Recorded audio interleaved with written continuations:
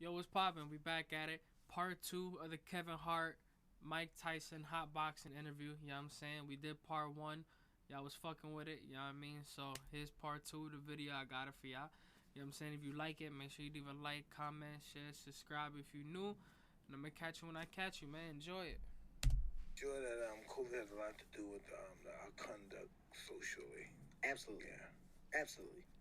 It's another added component for a conversation of, and I hate to say it, hate what you don't want to say. Yeah. Mike, what the fuck is that? Is that mushroom? Oh, Jesus. Oh, God, I thought Mike just ate a bowl of mushroom.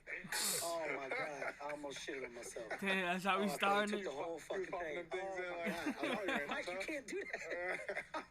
Guys, stop the podcast.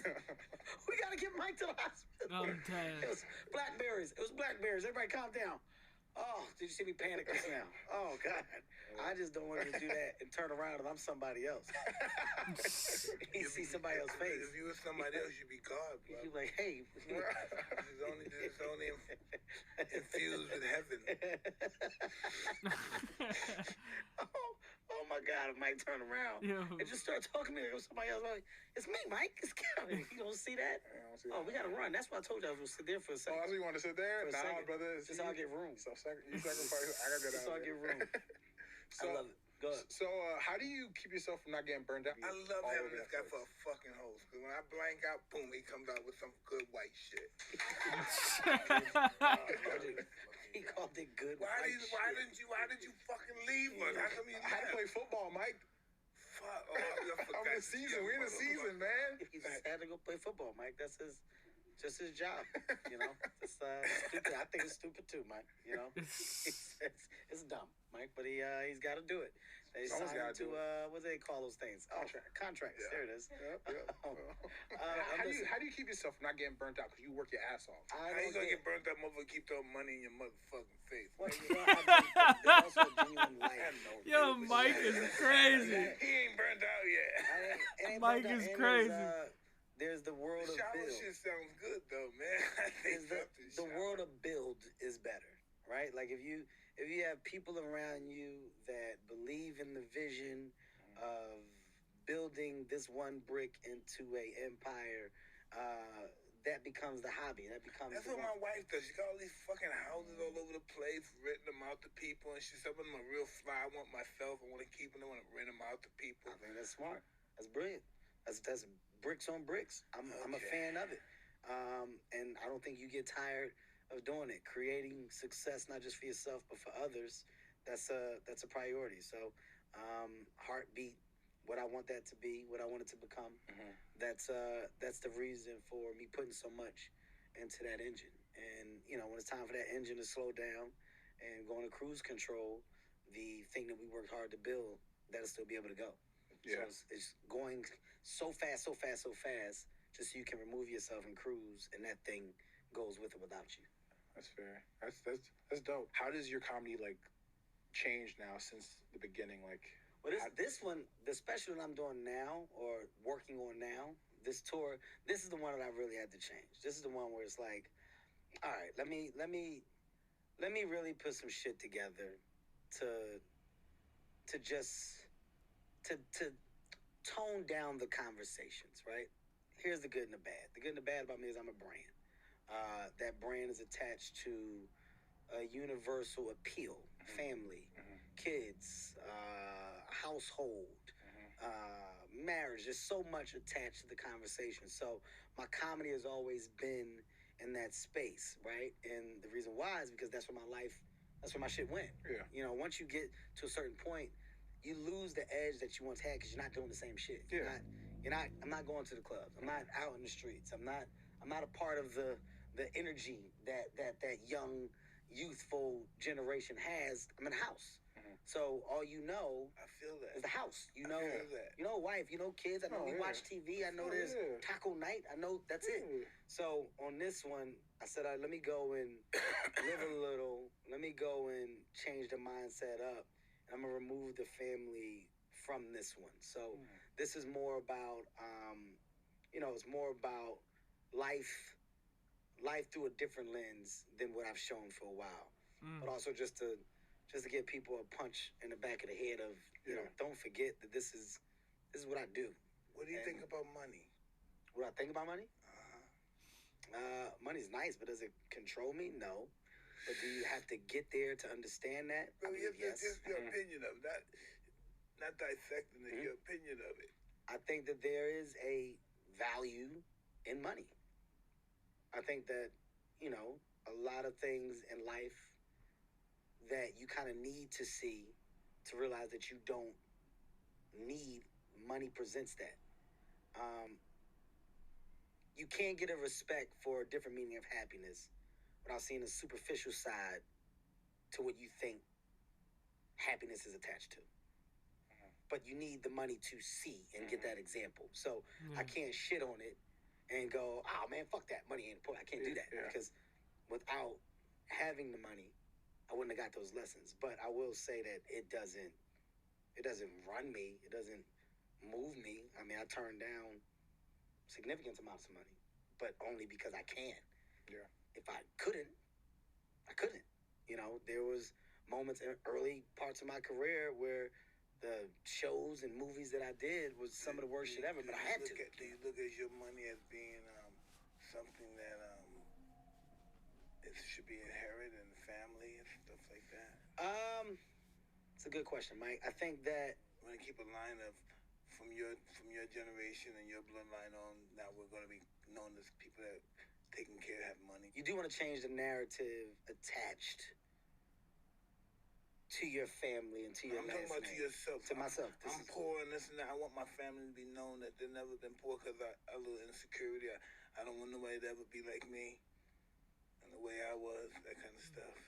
Okay, I I see want where there you're to going be with a thing that we built that lasts. Let last. I want there to be something that has to be worked that lasts, right? Am I in the world of everybody's rich from now on? No. With my kids and my kids' kids, if we operate this machine correctly, then we have a funnel of family wealth Generational that can be obtained, but also a concept of life. So when you look at some cultures, right? Some cultures stick together and work together. There's some families where kids are embedded into businesses. I'll give you an example. I went to my wife took me to this place in Utah, a resort, right? And we go there and she wanted to do like this little horseback riding trail. We go to do the horseback riding trail, and it was two young girls that had the horses that were taking us on the tour. Wow. And I asked the young girls, I'm like, how old are y'all? And one girl was 15, the other was 17. And they get to talking to me, and it's a family business. Their family buys horses, breeds horses, raises horses, and throughout this area or this radius, they're responsible for providing horses, horse tours, etc. Wow. They got a family of like 6, and all of the kids are teenagers and some young adults. But in this family business, the young kids understand that this is what we do. The older side are only teaching their kids, and their kids are embracing this thing. Now, this thing is all they know, but this is life. This is money. This is comfort. But it was embedded from the ground up. I don't like the idea of you're on your own, you're on your own, you're on your own without a concept of what we can do.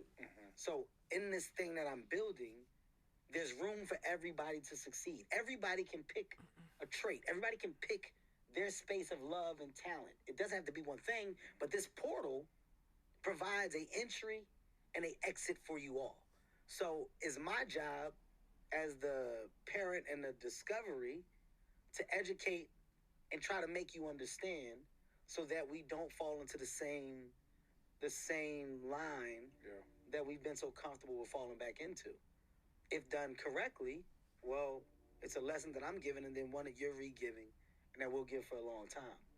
And we'll have a lot of respect and you'll follow the lead of so many that have done it. I think I'm envious when you go to a place and it's a family business. When you go to a hotel and it's a family and then you meet the son, the daughter, the aunt, and everybody's embedded. Like, I'm envious of that. And, you know, at times it's like, well, fuck, why don't we have more of us in that same conversation, in those of us that are, well, they're not highlighted enough. Yeah. You know, you got a lot of restaurants in the South that are family owned and family run, But they aren't. but they're not highlighted, Yeah, right? facts. Those are people that are coming up inside of a business, inside of a pipeline. And then you got this too. You got guys like the Gucci's that are killing people and ruining people's lives and stuff. All family is not good family. That's true. You know what I mean? Especially when it comes to corporate. You know, That's true. You saw the movie about the Gucci's and all that stuff? Oh yeah, That's true. The new movie, yeah. Gucci Yeah, movie, that was so crazy to see that stuff. I mean, that's corporate America, though. Yeah, no, that's family. That too. All family ain't good family. Yeah, That's it's facts. family. All family isn't gonna be good Sometimes family. we have to make our own family because all family is not good family. Yeah, facts. But key word is when you say make your own family, I think that comes with investing in people that are investing in your vision, which I believe in as well. Yeah. Absolutely. Right? It's not all going to be blood, and It's not. all blood ain't going to be great blood. Nope. But you still creating opportunities for your own and for others if you can. I take priority in that. You know, that's once again where we're talking about finding new reasons for energy or excitement and getting up in the morning. Those are the things. Everything that inspires us have a dark side. Absolutely. Everything, love, everything has the dark side. Absolutely. We're capable and respectable to the dark side, willing to accept the dark side with the good side, then we're cool. Well, it ain't all gonna be good. That's one of the biggest things I tell my kids. Like, if life was only supposed to be good, then that means it's perfect. And a perfect life isn't a good life. Yeah. Like, No. Such thing. No, they there's did no this education study. in that. They did a study with these rats. It was like a rat utopia. They had more land, more food than they could ever have, and they had no problem with life. And know what they started doing? They started breaking off in couples. They have the aggressive ones here, they have the passive ones here, and then they have these guys that just kept looking fly, clean. And then but they were aggressive too. Don't fuck me, but they were very good looking. And so everybody, they started attacking them, raping them. They started doing a whole bunch of stuff. And then eventually they all started dying out. So you're saying that we're So I'm rats? saying this, yes, we are rats. But I'm saying without struggle, there's no progress. We can't have no free meal. This world is not made out of a free meal. It's all about struggle. You know, I've said this before in other interviews, and I mean it. If you really, really look at the game of Monopoly, it has so many different meanings. Yeah. It has so many different meanings. And I know we play Monopoly. I know that we've adapted and adjusted and made rules fit to how we want to play, etc. But if you look at the game of life, and if you look at Monopoly, how we have an opportunity, and some people grasp the opportunity different. Some people understand the concept different and are able to make these dollars connect and make sense. It's a struggle for some, right? Getting around that board, just succeeding, staying out of trouble, not having to pay. I mean, it's so much that you get that it equates to some of the real life lessons that you go through. And I don't know if everybody looks at it the same, but I promise you, if you play Monopoly, play it with a different intent. Play it with like a real want to succeed at the end of the game. Even if you don't win, did you succeed? Were you in the game? Yeah. Or were you at the bottom? And if you were at the bottom, where are you at in life? Is there a synergy? No, facts. Yeah. What happened to the person that's on top? I sometimes look at that person. Yeah. Sometimes look at the person. I'm telling you, like I look at the game differently. But if that person ain't shared with the people that's not on top, he ain't shit. Well, fuck that person. Well, I mean, it is a game. It is a game, Mike. So just remember, fuck that person. All right, well, that's competitive greatness. It was my little niece, Mike. Nah, it comes You This said is my little niece, Mike. baddest to conquer. They all gays. I don't want to hear that shit. The one guy. What happened to the guy on top? He becomes the idiot.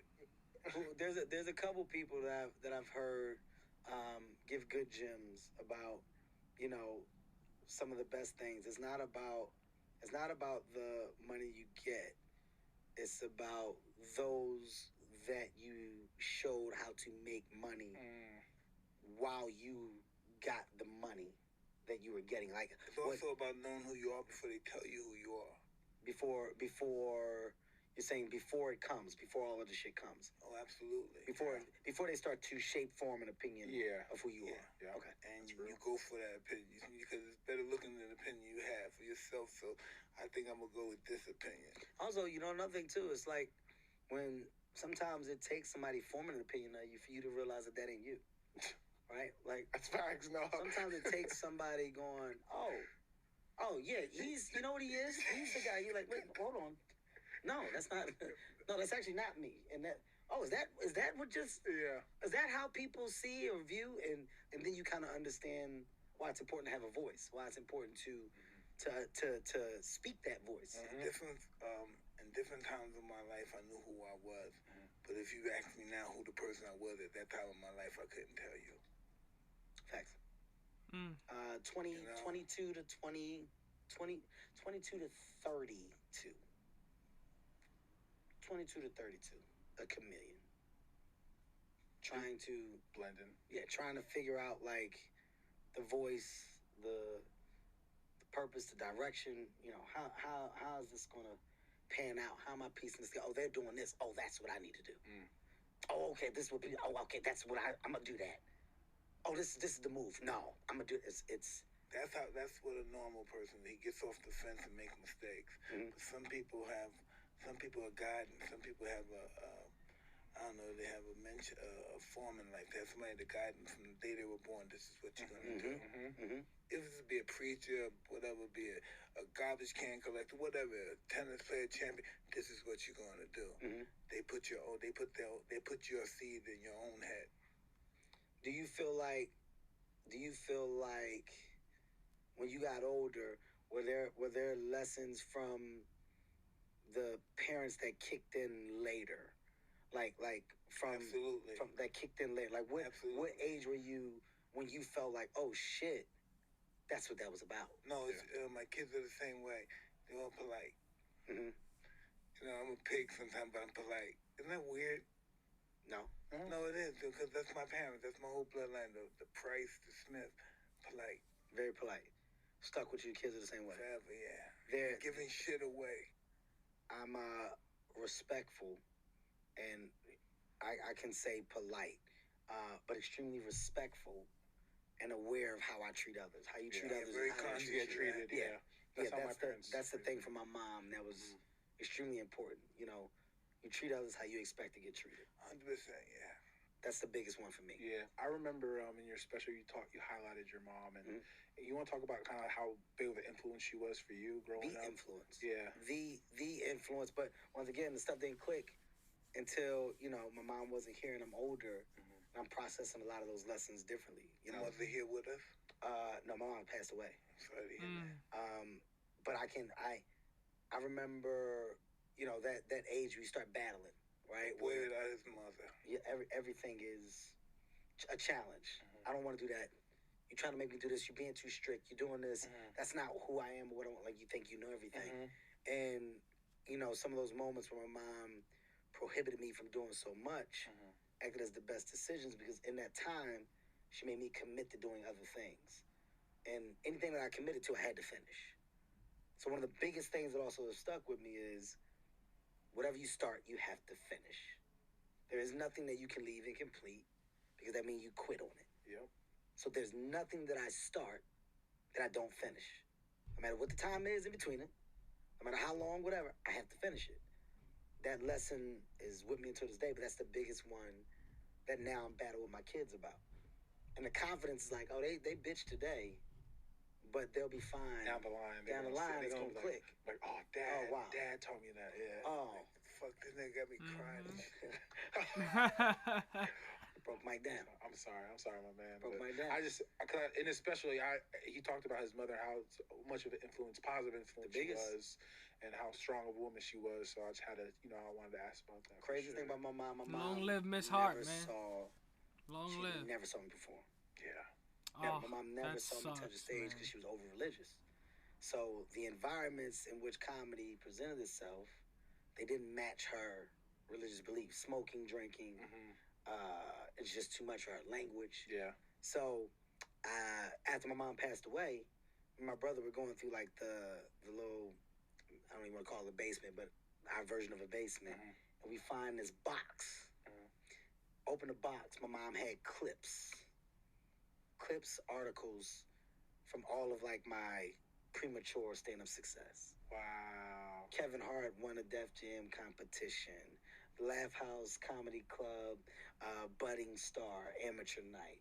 When I got my first sitcom, The Big House.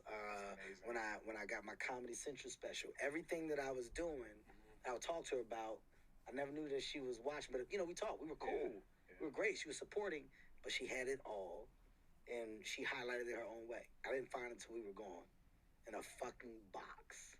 She saved everything. Everything. Taped every... My TV show was only on for 6 episodes. The only record that I have until recently, I think they put them out on Tubi or something. The only record that I had of my sitcoms were my mom VHS tapes. She taped every episode.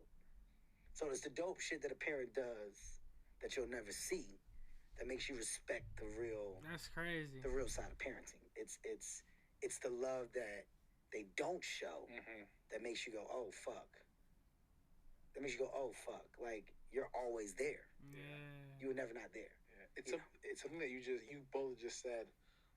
That, because, I'm a younger dude, and now I'm, like, realizing, like, when your mom, like, telling you advice, and you're like, Mom, like, why, But, like, it's so true. Like, I'm just blessed in the fact that, I do see now, like, there's stuff that she told me that I was always like, why?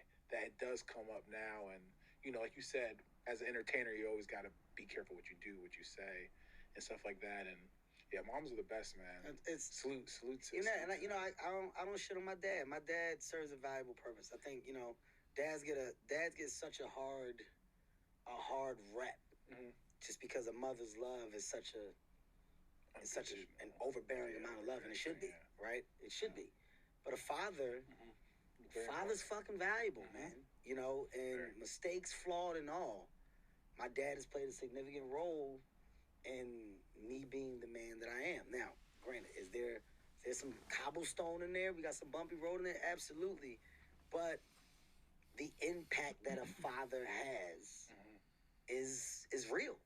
Right. And it's necessary. And I think, So what's your relationship with your sister, your brothers? Me and my brother are close. Just you and him? Me and my brother are close, man. My older brother, my dad went through his downs. That was my dad and my brother. My brother is, until this day, I'll give you a fact about my brother that I love.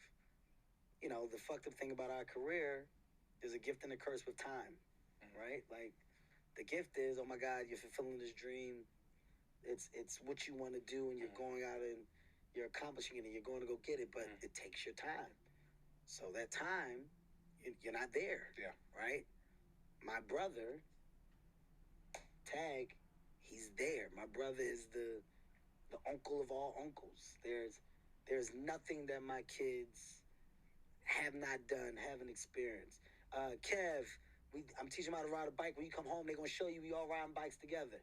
I love it. I get home. Dad, let me show you. The moments he makes sure that energy has always been there for me. He's the kind stupid shit you don't even think about. Yeah. He, this is 2 years ago. Look how excited he's getting, bro. Look at how he's getting, talking about it. That's how you know he mean that shit. That's how you know it's coming from somewhere. I'm gonna tell you this, and tell me this doesn't blow. I promise this blows your mind. A kite. It better not. A kite, right? Something as simple as a kite. Yeah. When I was a kid, I don't know. Maybe I flew a kite. I don't fucking know. It's not a toy of this time. This generation is all electronics. Facts. Right? All Facts. the games, Facts. whatever. My brother goes, Kev, I'm coming out there. I got kites. I'm going to teach them how to fly these kites, man. We're going to go out there. They're going to love it. And I got boomerangs. This ain't nothing groundbreaking. Yeah. This ain't nothing They little Nerf boomerangs. We go out to a fucking park. Kids throwing the boomerangs, running around with the kites. And I look and I go, I never would have did that. Not because I'm dumb and I don't know how. I don't think like that. I would never go with kites. I don't think like that. Honestly, I don't think like I that. say, hey, let's play sports or something. Yeah. I don't think like that. Yeah. But it makes you realize the importance of having a partner. Yes. The importance of having that ride or die. that's with you who says, I'm invested in not just you, but the kids. So my brother's life now as an uncle, he's devoted to them kids. It don't matter what it is. My brother is, I'm coming. I'm with them. Hey, man, I'm with the little ones. We're going to do this. The old movies that you don't think about. Hey, we watching the Rascals. I want them to know. I don't think about that shit. Yeah. But the fact that these are moments that he creates and I get to do them with my kids, it just shows why you need that yin and yang. You know, it doesn't take one. It takes a village sometimes. And you know, the things that I feel like we didn't get from our dad. Hey, come on, we're doing this 2 miles today. Come on. Come on. Put your sneakers on. While you fucking around, that's me. No, I know. Fucking around, hand on the Bible. No, Come on, guys. That's the way Come on, guys. Yeah. What we doing, Dad? We going to the gym. We're going to the gym. Let's go shoot some jump shot, right? That's the way I look at it. I want to go to no fucking gym, man. I'm getting them off the shit. And by the way, it's not a frustration and hate for it, but that's the difference. Yeah. On the other side, my brother's never doing that. Yeah. He's never doing that. I'm the guys, all right, come on, man. Hey, go read the book. Give me my reports. What'd you read? You know, the grandparents laughing and playing with them all day. I'm like, hey, come on, let's do these push-ups. Come on, man. I'm the same. You gonna run this treadmill or not, man? Just give me 30 minutes, all right? I'm the same. I'll stop from 12 to 30 you minutes. Cut it down. Yeah. Hey, look, it's Saturday. Just give me a quick 30. Yeah. You're good. I promise I'm gonna leave you alone for the rest of the day. I'm the same way. Come on, guys. Man, I think I'm the only guy that does that. Well, my daughter has faked the injury on me. So he's like, Dad, I can't. My knee, I told you. Just walk slowly. We're gonna put it down. I already know what I fake the injury on me. But that's the side of being active. Yeah. It's not the side of being crazy. Like you want them to be active. Yeah. In today's time, like, hey, the one thing that I do wish that there was a bigger presence of. My kids don't have the neighborhood. And, you know, we, in our culture, we embrace this fucking thing. We can't have our children. That's putting our children in fear. We can't. We worry if they go down the street to the store. They can't do that. People say, go to the store and get me some stuff. They don't have the neighborhood. They don't have that no more. They don't have the neighborhood. And that's the one thing. Where everybody knows everybody. Everybody knows everybody's business. Everybody loves everybody, even though we fight among each other. We all fight. We all battle. But that neighborhood builds character. Mm-hmm. That environment, it does something to personnel. Those kids get experiences growing up. Oh my God, we walked down here. Such and such did this. I'm going over such and such. It was all here. Lost art. Niggas on the corner. You'll never see that again. People on the corner, Italian neighborhood, the Irish, it's people on the corner talking shit, whatever it may be, talking whatever happened last year down there. He came out of jail. He just got locked up. He got killed last night. Those are the niggas things looking for him. You know what I mean? That corner. You truly, if and when removed, you understand the value of it. That's why I never frown upon it. I never look down on it. I embrace that world of community, that neighborhood, that thing is a character within itself. It's a person. Yeah. And that person is building so much character into those people. And that's one thing that, you know, I know that my kids just will never, and it's not their fault, right? They were born to something different, but that they'll never have that. They'll never experience that. So even when I take them home to go see it, they're so hyped to see it. But they still don't understand it. Yeah, because they didn't. You don't understand it. You don't know it. Yeah, they weren't in it. You know what I mean? They'll never know what it's like to go to the fucking corner store, like he said, and go get the shit and come back and bring the wrong change. With the CEO. I owe you, right? I owe you. Tell Pat I give to him next time. Tell him it's from me. He knows it's all right. Tell him what I said. I owe you. You say something, come back here, and I go down there if I need. Just unnecessary. I know your grandmama, boy. I know your grandmama, boy. Boy, go ahead, boy. I know your grandmama. Neighborhood ass whoopings. When everybody whipped your ass because your mom wasn't home. I used to get them. I can memory lane of that. It's something that I just now once again, this is you turning into the older guy. As you get older, you look back on those times, man. But I will say, shout out to Nancy Hart, R.I.P. One of the best ever. Long live Nancy, shout out to man. my dad. You know, fathers get shit on, not mine. Even though I talk about you a lot, Dad, I love you, and you know. I do. I talk about my dad a whole lot. I'll be fucking killing my dad. But, they deserve it. It is, but you still got to make sure you show the love though. Like I want people to just work on returning that love back to fathers when and where you can. I was afraid of my father, though. Really? Oh, my father fucking shoot you, nigga. Yeah. My dad's nuts. Yeah. My dad's nuts. Legally nuts. My dad fuck you up. He's older now. He on the other side, but my dad nuts. My dad got hit in the face with an axe and still won the fight. I'll never forget. Damn. What? Yes, you heard what I said. With an axe? Wow. Like in, in this shit right here. My dad got a big scar from here to here. Hit in the face with an axe. I'll never forget. He was fighting. Came down. He had a bunch of towels holding his head. Blood stuff coming out. He said, "Hey, get my son. Y'all make sure he go back to the house. I'm going to the hospital." I know you look at this nigga. I said, my kids look at me like, what kind of nigga is that? I thought my dad was fucking Superman. Like when he said, "I'm going to the hospital. I'll be back." He said it like he was going to get something to eat. Just casually. Just casual. I'll be back. Motherfucker came back, had stitches on. I ain't never asked nothing about the other guy. But I said, if he walked out of there with this, that's a smart idea. That's smart. I never asked. That's smart. Never asked. My dad was he was heavy in that world, So, you know, a lot of the freedom that I had growing up was because of the work that my dad and my brother did. They did different stuff. They lived different lives. So mine was a little different. But once again, when you get older, you respect that. Yeah. Because you go, oh shit, it start to make sense. Yeah, and it shaped you. Oh, that's why everybody called me Lil Hart. That's Lil Rob Hart. That's Lil Rob Hart, brother, right there. No, that's Lil Spoon. You start to realize it's transferred. Yeah. So I was like the protected, dumb, oblivious child. Oh, everybody's nice around here. everybody's so nice to me out here. Who are these people? They was fucking scared of my dad or whatever else, but they had shit to do with me. But once you get older, you get smarter. You see that? You understand it. That's true stories right there. That shit I've never even told either. My brother would probably call me, "What the fuck is you doing, man?" All right, man. This is gonna be the end of part 2. You know what I'm saying? 23 minutes left in this shit, man.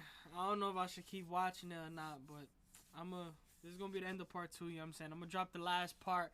Part 3 is gonna come out. If y'all wanna see the last part, let me know. You know what I'm saying? If you like it, leave a like, comment, share, subscribe if you're new. Have you on the comment. Let me know what you want to watch. You know what I'm saying? I'll gladly check it out for you. And yeah, man. Love y'all. Appreciate y'all. And I'm going to catch y'all in part 3 if it drop, man. Let me see y'all when I see y'all, bro.